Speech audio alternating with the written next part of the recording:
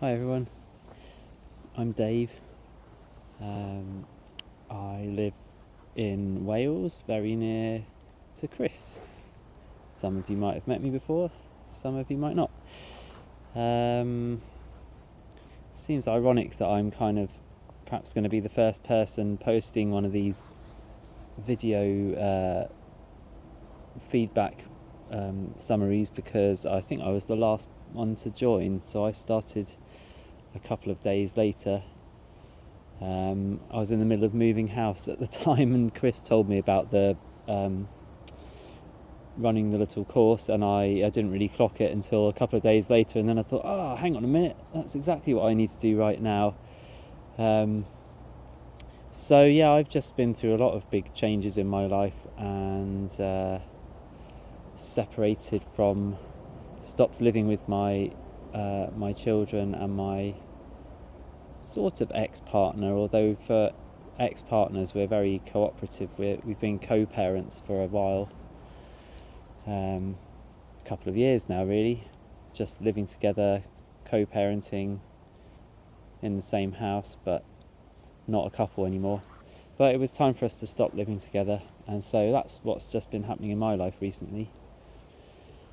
And so yeah, this course couldn't have come along at a better time really, because it's given me something to focus on and experience my gratitude for all of the things that support me in life, because there really are millions of them, innumerable. And I was kind of aware of that before, on some sort of level, but I haven't dwelt on it on a daily basis in the same kind of way that the course has encouraged me to do until now. And so I'm not sure what to tell you really. I think it's been an almost totally positive experience for me. A lot of the meditations, some of them brought me to tears, probably more days than not. I'd say like 2/3 of them or something like that, and some of them didn't, but there's a lot of truth in those words, and it's good, to be told something that you're already kind of aware of the truth of, but to have it put to you again in a different way, day after day, and then to have your awareness on that thing throughout the day. It's been really a beautiful process. And I probably wouldn't even have signed up to do this if it wasn't for the fact that Chris had done it before and was running it.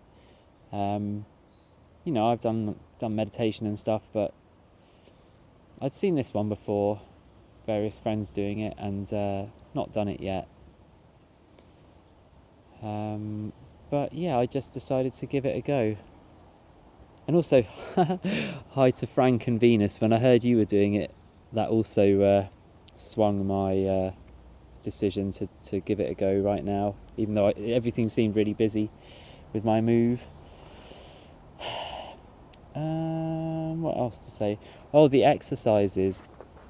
Gosh, so I don't know, 10 or 15 people into that first exercise of writing a list of 50 people who've contributed something positive to your life. I was just like, that totally destroyed me in the best possible way.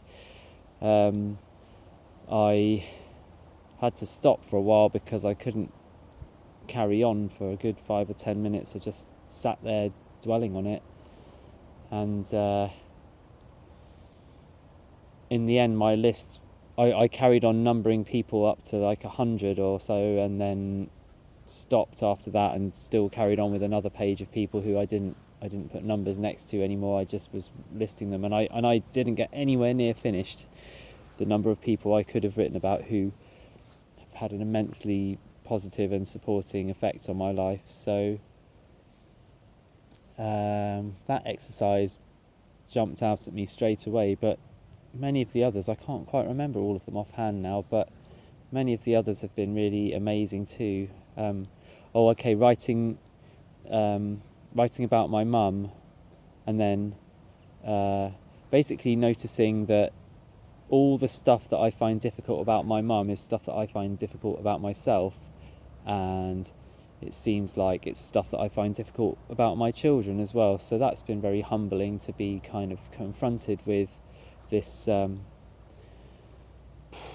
bloodline or continuation of the same things that a whole bunch of us found difficult in my particular bit of the family. So that's been very humbling. The whole process has been very humbling, really. I'm gonna miss it now it's finished. Might just do it all over again. Probably revisit it a second time, I reckon. I didn't start a group for other people yet because I felt conflicted about doing that. I felt uncomfortable about asking other people to do something that I hadn't finished myself yet. So but now I've seen it through to the end, I think I probably will facilitate a group for other people, because without people facilitating it, it probably wouldn't happen. So thanks, Chris.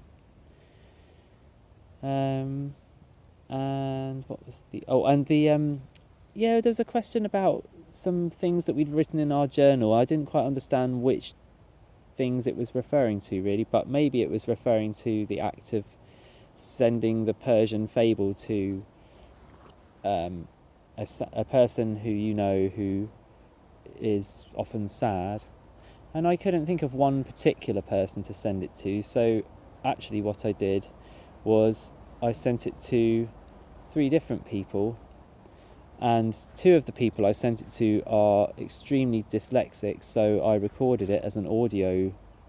I read it out as audio and sent it to them, and I haven't heard a whole lot back. One of them said thanks very much for sending it. I just kind of said, here's a thing that I've been asked to send to somebody who might appreciate it, and perhaps you can think of it like a bedtime story read by your friend. And then I sent it to my kids as well, and they listened to it too. So that was interesting. I was a bit resistant to that whole task because it felt kind of presumptuous to pick a person who, who am I to say this bit of text will sort your life out in any way. So I didn't want to come across that way at all. So I sat on it for a day and didn't complete it. And it was the only one I didn't do on the day that it came.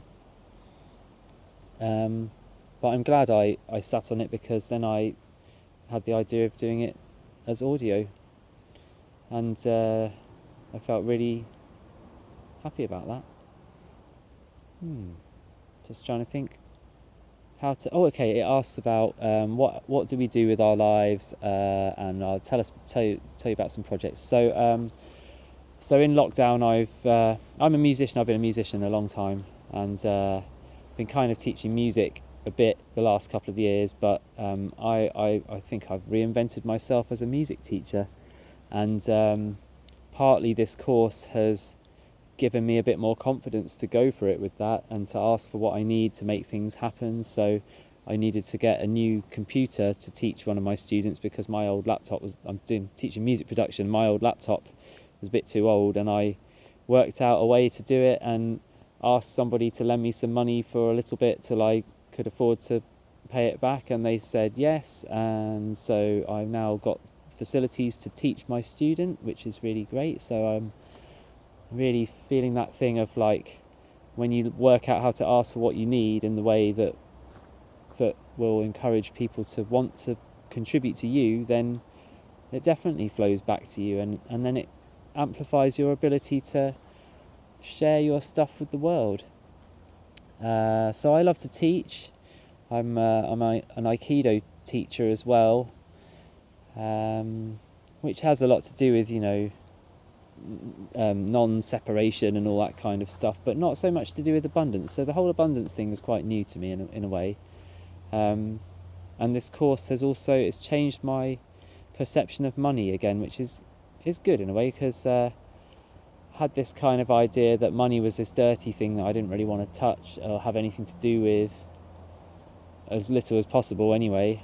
and that I would use it in a sort of functional way, but really I wouldn't try to make very much of it or anything like that. And I see now that that's probably a bit of a mistake. That, you know, I met somebody a year ago that said to me, if you had some money, what would you do with it? And I said, well, I'd use it to help people and, you know, support my kids and things like that. And he said to me, well, then don't you kind of have a responsibility as somebody who can earn some money to do that? And that started to shift my perception. But yeah, now I can see that I am going to do good things with any money that I make. I'm not going to just do kind of selfish stuff or, you know, waste it on frivolous things. I'm going to use it to make the world a better place for people around me. And I think in terms of happiness in life, contributing to other people's ability to do what they're trying to do in their lives, what they'd love to do in their lives, if you know about how to show them something or offer them something, anything that makes that easier to do has got to be worth doing, and has always brought me a real sense of like satisfaction and joy. So and my projects for the future, well, I just started a new job, 2 days a week, working with a non-verbal autistic teenager. I've only had my second day with him today. I've just got back. It's so eye-opening being around him, because he doesn't talk. He communicates a lot, but he doesn't talk. And it really holds a mirror up to me and all the ways that I tend to like fill a gap with words, or I can be impatient and stuff like that. So my projects for the future, I think, more to do with finding other ways to continue sharing what I love with people and helping people who I may be able to offer something to. And longer term, I'd like to live on the land. I've wanted to do this for like 15 years now, probably 10 years of like kind of seriously trying to make it happen, but also being thwarted lots of times and giving up. But I feel like it's actually the abundance thing, like I don't know how it's gonna happen, but the intention is there, and I've handed over the details of it and let go of how it is to come about. And I'm doing that with lots of things in my life at the moment as well, as a result of this course. So that's what I want to do. And I can just hear my landlady arriving back in her car. A bit distracted right now. I think I'm probably going to just say that it's been really lovely to share this experience with you, even though we've only sent each other the odd word here or there, day 15 done and all that. But it's been great to have that, just a small amount of energy and interaction to keep it flowing.